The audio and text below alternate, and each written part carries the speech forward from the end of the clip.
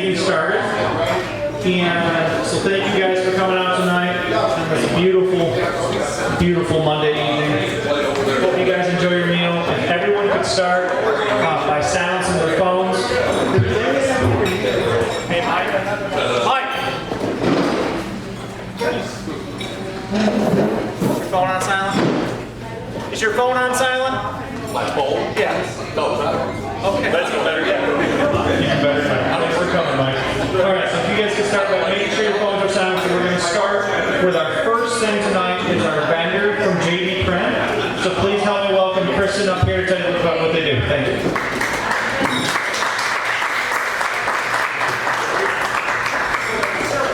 Thank you for having me. We are a local print shop in Berlin, Michigan on Corona Road.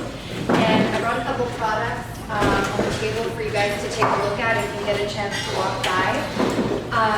This is my first time at the association meeting, and I learned a little bit about what you guys do. And so a couple products that we make that you guys may or may not know about.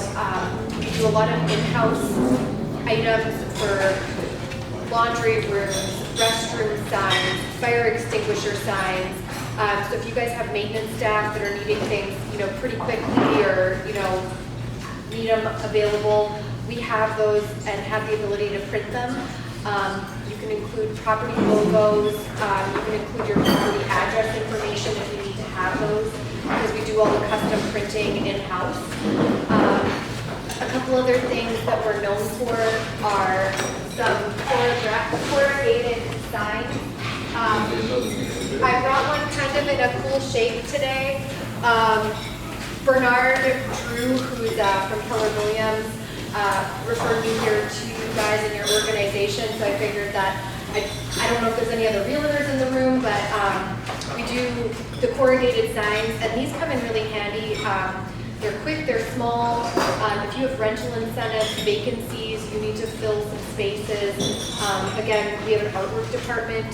So again, for us to quickly whip up some signs, if you guys have different promotions coming up within the month, those are available. Our building size is about 22,000 square feet over on Corona Road. And so we also have the capacity to print wide format products. One of the things that we are known for is commercial banners. So we can do billboard size banners. If you've got a new build or a construction site where an architect has done a rendering of the property, we can actually print those signs for the construction fences. We do it often for like some of the hospitals, like Ascensions and stuff like that are breaking ground and things like that. So our capacity is 16 feet tall by 150 feet long. So there's some pretty big banners. So if you guys ever have a need for something like that, we do small format printing or wide format printing. And then the other thing that we really enjoy is working locally. So we know that there's always a need for business cards. You sometimes need little flyers to hand out, things to pop in the mail, to get the word out in the community if you've got different upcoming community events or whatever you might be having on site. But those are different things that we do and work with a lot of our local businesses on. And then I guess, does anyone have any questions about printing? Yes? I didn't hear where you were from. In Flint, we're right on Corona Road, 4 blocks east of Ballinger. What's the name of your company? JD Print. Yeah. And we brought our sign if you guys want to, and I got some business cards up there. So if you guys want to grab one, I would appreciate it. So like a little key like that, Yeah. what's the turnaround time and stuff like that? Usually 2 to 3 days. Okay. So, And then our banner, like I want to buy a 4-foot by 8-foot banner. same thing. Okay. Yeah, and really, the main thing is getting the artwork set up. So once we have your artwork on file and you say, I need another one of those, the turnaround time is the next day. Okay. So we want to make sure that you guys have, artwork ready to go, and then turnaround time is 3 days. And then do you do any embroidery? Yes. Apparel, we can get Under Armour, some of the more name brand type of apparel. You can order me shirts, put my logo on them. Yep, yep. It's not going to be $100. No. Unless you get like Spider or North Face, and Yeah. then you're probably up there. The other thing that you can also do too is talk about shirts. We do magnetic name tags. So if you don't want to actually put embroidery on, we do tons of lanyards, but also magnetic name badges so that you can just put them on top of a dress shirt or a golf shirt and quickly go. And those things would be pretty handy to have for staff changes. There's also PVC ID cards that you can get with the little clips. But really anything print, we print. And then chatting with the videographer that joined on board at the beginning of the year. We also do photo printing, and we also have a full awards and promotional products division. So if you guys ever need pens, magnets, squish balls, any of that kind of stuff for welcome baskets or anything like that, we do that kind of printing as well. So, all right, thank you for your time, guys.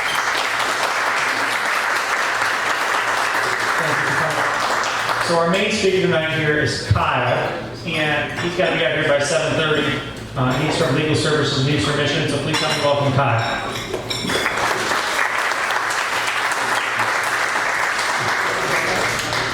Good evening, everybody. A lot of familiar faces. I feel like I've been a frequent at these meetings, so thanks for having me. Kelly wasn't able to make it tonight, and I got pulled in to do this about 1 o'clock today because I had other commitments, but then when her commitments came up, I had to move some plans around. So again, here to talk about the local eviction diversion program. I know many of you have heard this speech already, but I know we have a little bigger crowd, so I want to go over it again. As far as I know right now, I don't even know if we have a definitive date on the eviction diversion locally because of the extensions that Sarah has continued to get. I know everybody is probably not thrilled with the Sarah program. I can only speak for myself, but I can't wait for the end myself either, so I'm right there with you. So our local program is something that we were starting to get up and running, and we're about a week from launch before we hit the COVID pandemic and kind of put everything on a pause. We saw a need in the community because we had tenants that were running around from organization to organization to organization trying to piecemeal together, whatever they were behind, and it was never, feasible to get that done in a reasonable amount of time.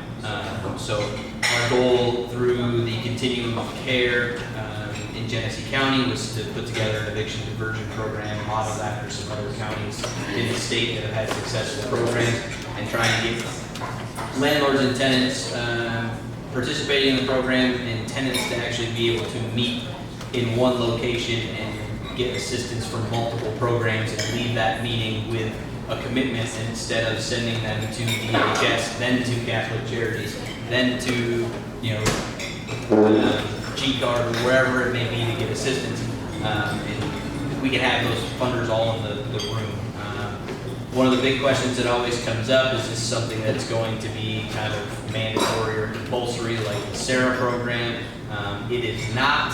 The big thing with our eviction diversion program at the local level is going to be that it is solely if the landlord wants to participate. So if it's a tenant that you feel is just constantly being late for the sake of being late, you do not have to opt into this program. But if you have a tenant that you realize is just falling on hard times and you like them as a tenant, and they're a generally good tenant, you want to keep them, you can opt into this program. It's something that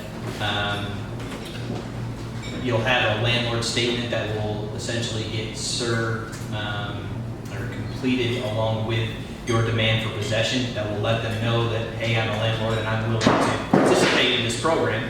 And it will give them the contact number to, I think at this time it's still going to be the R that's going to set up the appointments. That tenant of yours will be able to go into that appointment and meet with any funders that they may be eligible to receive funding for. Those meetings, I'm not sure what day they've decided on. Originally it was going to be Tuesday, but I think they're talking about doing those on Monday now.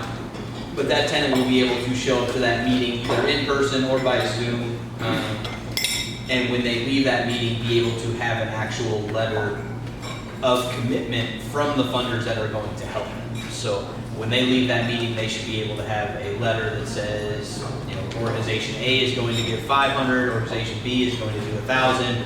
This is the total commitment amount, and then from there, if you proceeded to court at that time, we can, you know, work out some kind of conditional dismissal to wrap that up for the payment. Or my hope is that, you know, we get to a point that the funders are able to turn those around pretty quick, and we don't have to proceed to court cases for that. But as we know, sometimes the red tape and all this stuff does delay the process. So you know, if we have to, we'll get to court and we'll resolve it through that. But that will really be my role is trying to resolve the conditional dismissal to make sure we have commitment letters, everybody knows what the funding is and has a reasonable expectation of when that funding will be coming. I wish I could give a better date as far as launch, but we're holding off because obviously Catholic Charities is the HARA in Genesee County, and they're still tasked with Sarah at this time, and they've actually taken over the invitation process for the entire county because G-Card was not participating in the invitation process. So if people had not applied before June 30th, they were going to essentially be out of luck if they were in a G-Card zip code. So Catholic Charities really stepped up there to make sure that the rest of the county got covered, because we felt it was kind of an unfair shake for you to not be able to get help simply because you happened to fall in the zip code that was covered by G-Card. So, so Catholic Charities is bearing a lot of work on that. So that's why we're holding off on the local program until we've resolved whatever comes of Sarah.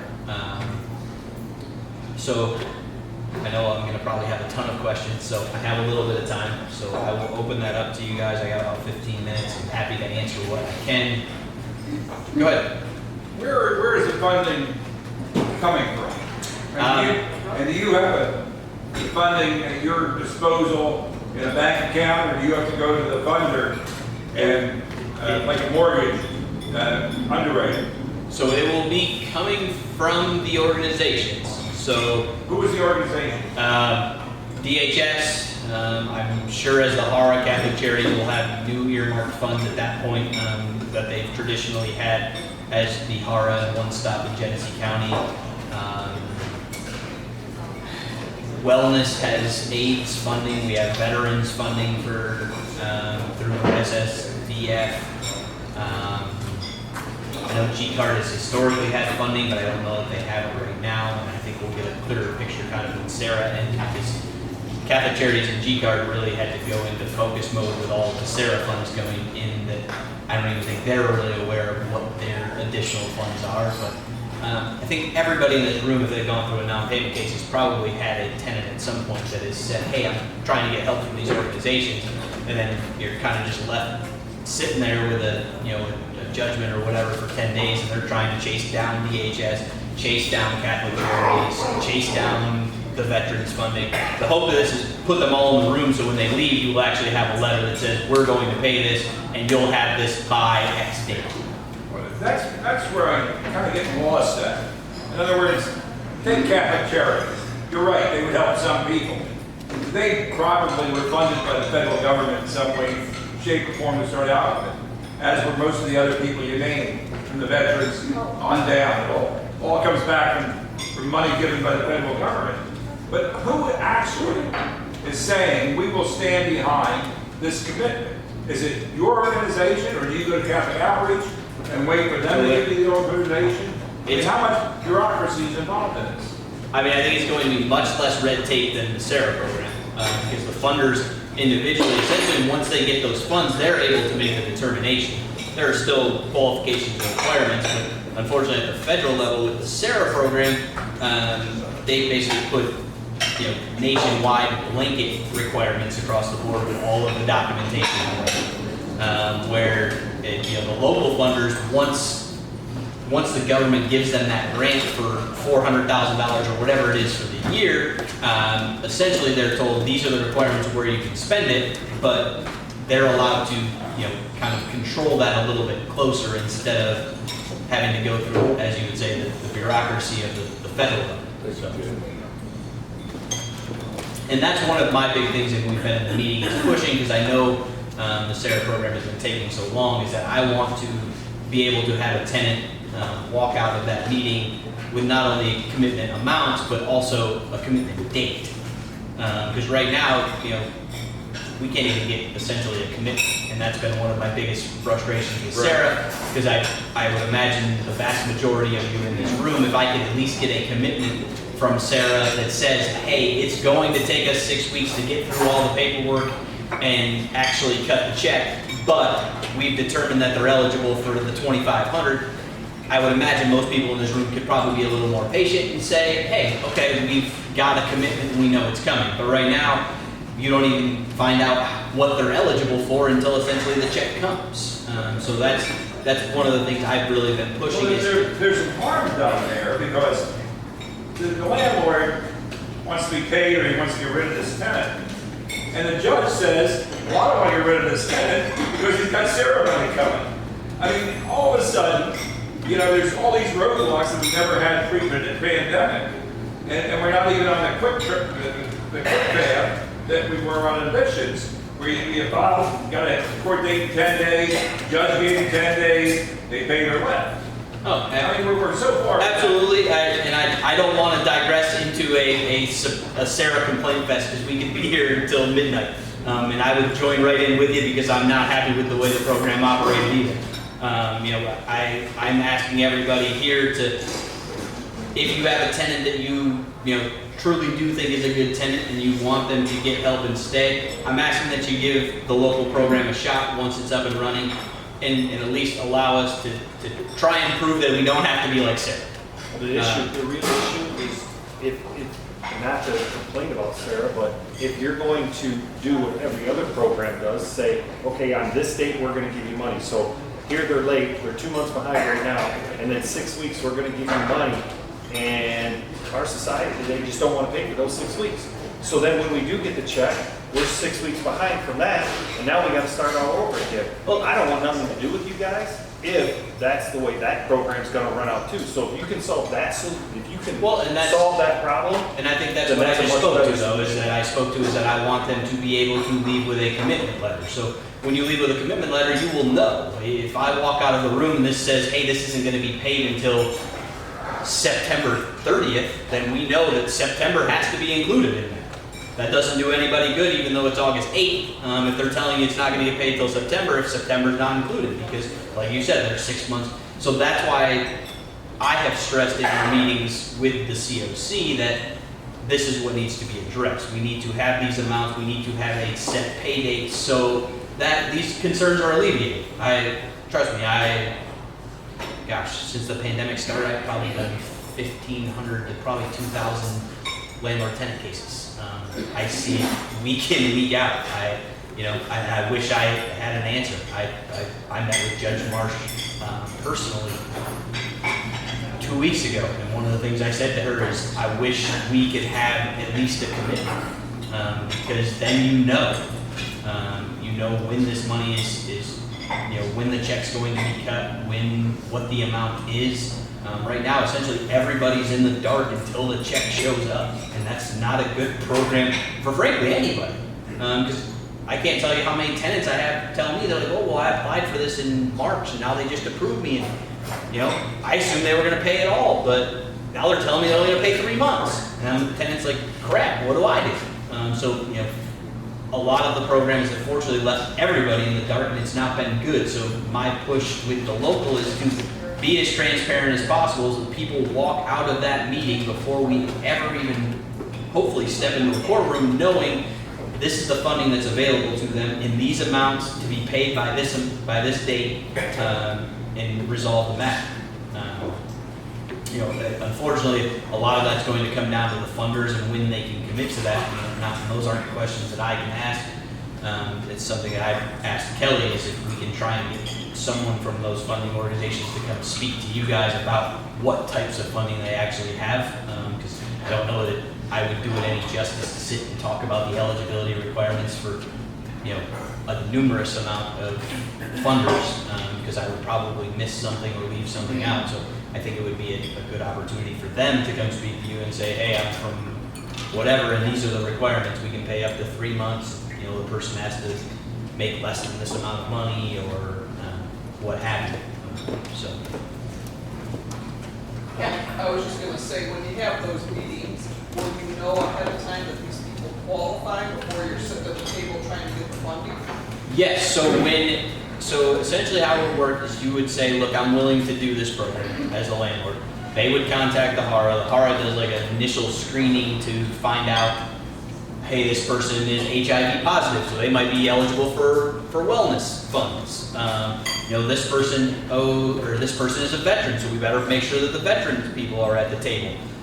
So that when they go to that meeting, everybody at the table is someone that they at least have potential to be eligible for. And then they would sit in that meeting, and you know, DHS might say, look, we've got the first 1,500, and hopefully someone else will step up and say, you know, we'll cover the rest, knowing that we would walk out there with essentially that full commitment for the amount and a date to be paid. Right, well, and I get all that, but what I wonder is, will we or the person know, like, before they get to the table, they're going to qualify for funding? I mean, there must be gonna be some qualification in order to get funding.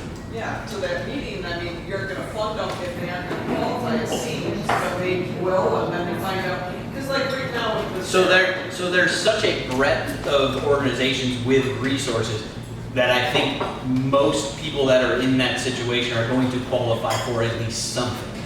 And I think that is the, you know, kind of the basis there. Because they still have to submit, you know, what their income eligible. Obviously, if I walk in there and say, hey, I make $80,000 a year, they're going to be like, hey, we're not scheduling a meeting. So you're saying the landlord has to agree before they can get to the table? yes, if the landlord does not agree, so if you have a problem tenant, like I said, if you have someone that's just habitually late and you feel like they're, you know, trying to just game the system or whatever, or you feel like, you know, even that they've lost a job, and you're like, look, they're going to go get help, but they're not going to be back in a position to proceed, you don't have to.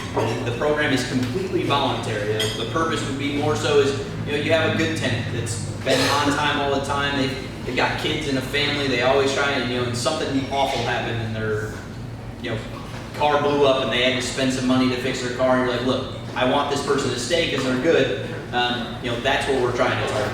So, Aaron. I have two questions, Thomas, whatever it turns into. Is there a way to have kind of general guidelines that we can understand when the tenant becomes behind, if we know for sure they're not going to qualify or for sure they will qualify based on kind of history? Well, that's part of why I think it would be wise if we could get some of the funders to come and talk to you guys, because they can lay out those guidelines. And I understand some of that should change when they run out of funding for this program. They're waiting for a month or something. Well, and that's, so in the landlord statement that you will eventually have to fill out, it's a very simple form that says, you know, this is the address, this is how much owed, this is the last time they paid.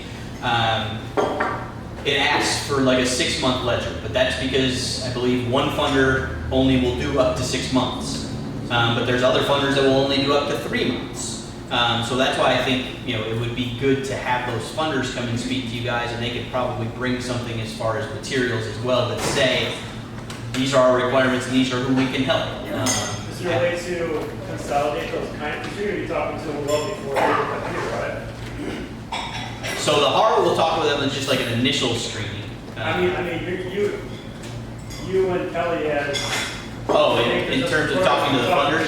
For the organizations, kind of Yeah. an idea. Yeah, and we do, but like I'm saying, they are very cumbersome in like what they can help. So for me to sit up here and say, organization A does 3 months, they do 6 months, these people cover age, these cover veterans, these only cover seniors over 55, but this one does over 60, is not fair to you because I'm gonna miss something, and then when I see you in court, you're gonna be like, hey asshole, you told me, and I'm gonna be like, whoa, I couldn't remember it all. I understand it's going to be dynamic. So Some sort of guidelines that would be sort sort of consistent, I guess. Right, and that's why I'm saying is I think that has to go through them. I'm happy to relay that to them and say, look, the landlords want to know what your qualifications are. You need to at least get us something in writing or show up at a meeting to talk to them. But I don't feel comfortable standing up here telling you who does what, given there is so much. Part two would be a question, is there other safeguards to keep tenants from, hey, I don't have to pay anything, I can just keep going back to this eviction. Yeah, they all have eligibility like limits and requirements, just like DHS. You can only hit SER, to a certain cap amount during a calendar year or a 12-month period. So they all have that. So if someone is trying to essentially frequent the program, they're going to get weeded out really quick. And also, you wouldn't have to opt in. So you opt in the first time, they get help, and they decide, I'm not going to pay for 3 more months because I think that the local EDP is going to help me. Next time you file on them, you don't have to submit the form saying you want to do it. You can say, look, I think you're trying to abuse the program and I don't want to participate in it anymore. Can we do this without going to court? Absolutely. How would we do that? So you still have to serve the demand for possession, but when you serve the demand for possession, that's when you have the opportunity to give them the form saying that you're opting into the program. So that would get served with the demand for possession. They would have the number to contact and say, look, I've just gotten the demand for possession from my landlord. They said they're willing to participate in the local EDP. Can I schedule my tenant meeting? And my hope is that we can do a lot of that. Not only because that, is more efficient for all of us, but it also saves everybody the headache of having to go through the filing, the service. I know most of you are represented by counsel, so now you're hiring your attorney to go through the, I hope it will be that efficient. And with a lot of cases, we're being advised to do 30-day notices rather than 7-day notices because of the problems that arise out of the 68th District Court. So if somebody comes in with a 30-day notice and says, they really gave me this because I owe them $1,000, would that case go under review with you? No, you will only be able to opt in if it's a non-payment case. Do you have a question? Well, actually, it's the last thing we need, but it's more of a task. So you keep talking about the funders, and at some point, you guys are going to have to put together a matrix that talks about what all the funders will cover, and you'll have to have that document so you know.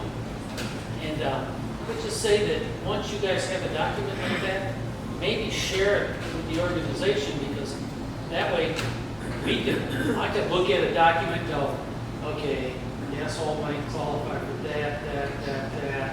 Okay, I'll go forward with it. Or he's not even going to get past 0. He's just out, right? No, absolutely. And I will say that I know we have at least a list that has started that way with what's in there.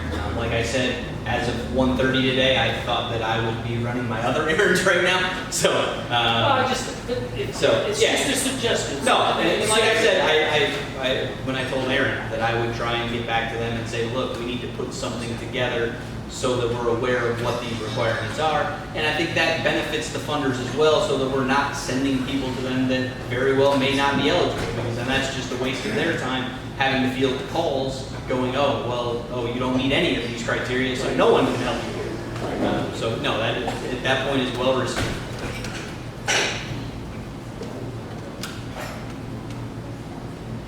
No more questions. Cut it off while you can. That's not a good job. We're trying to, we know you got 15 minutes. Well, I appreciate that, and I appreciate you guys having me. Like I said, we still don't have a launch date, but I hope that when it goes, if you have tenants that you would like to stay, you at least give it a shot. I get it that you guys have been through a lot with Sarah, but Especially if it's going to be another month or two, these people are already getting behind. And, they can't apply for Sarah, so where are they going to go? yeah, and that's why I hope that we'll be able to have those commitments with those amounts, and that it's something I've raised before. In the example, I said that if they have a commitment meeting today and they say we're going to pay it, but we can't pay it until September, are they going to include September? I haven't got a clear answer on that, but my opinion would be, look, it would benefit everybody to do that, so And if you can't include September, then you better figure out a way to pay it by the end of August. So, you know, I will definitely continue to try and beat that drum to make sure that, you know, whatever they commit to as a payment date, they hopefully will include payment through that date. So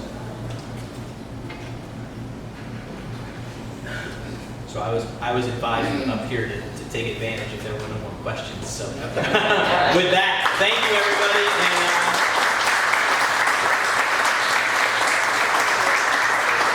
And I do just want to say when we get kind of a clearer picture of when we will be starting them, we will definitely reach out to make sure that everybody is in the loop and knows when the program is starting. So thanks again for having me, and I hope you guys have a great night. Yeah, thank you.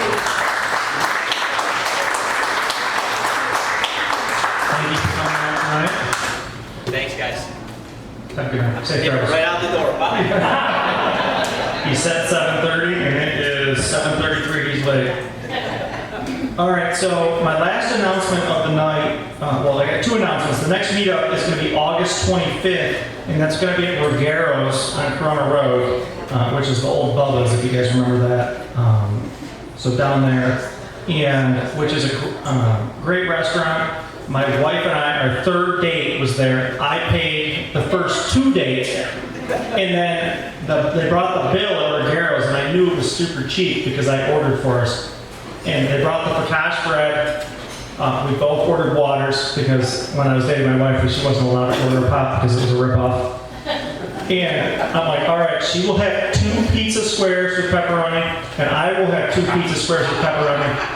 And these pizza squares, they're legit like this big. Like each one comes on its own plate. So you walk out of there stuffed. You have focaccia bread as an appetizer. You walk out of there stuffed. So they brought the bill out, and it was $8.34. But my wife didn't know that, so I asked her, do you want this bill or the next one?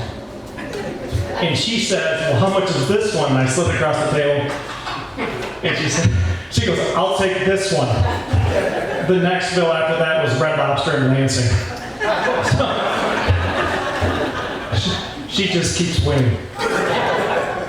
All right, so that's the meetup, August 25th for Garros, 6:30. So if you guys would like some good networking and some really amazing cheap pizza squares and focaccia bread, be there.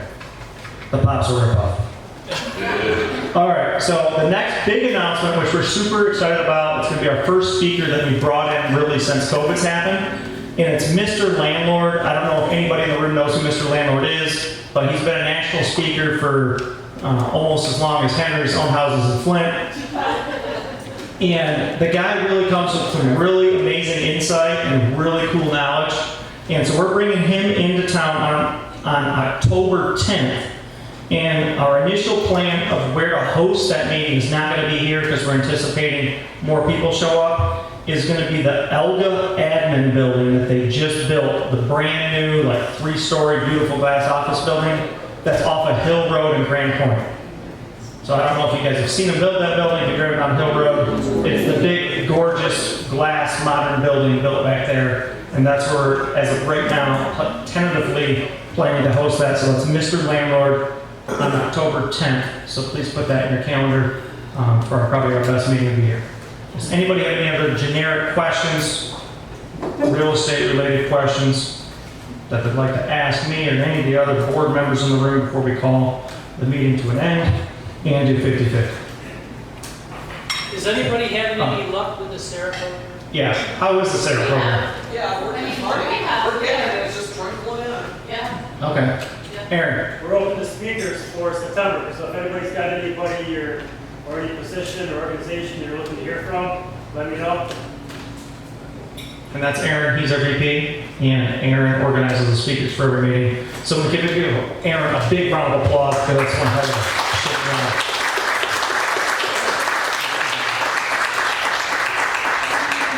All right, I'm gonna let you draw tonight. We got our 50-50 here, no cheating. Better be All mine. right. The last 4 digits is 6011. 6011.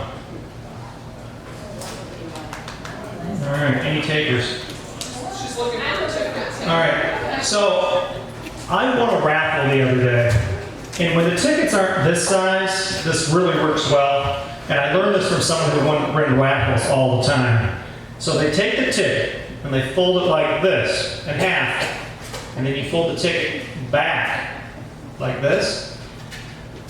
So it turns into something like this. For some reason, this ticket shape, oh my gosh, we have a winner. She's rich. So this ticket shape, like a W, I guess it's proven to win more raffles, and I won a Blackstone grill because of it. So I'm sharing my winning tips with you guys. I'm just a knowledge base of a whole bunch of useless information. So you're welcome. It was very nice meeting you tonight. Thank you guys for coming out. Have a good night.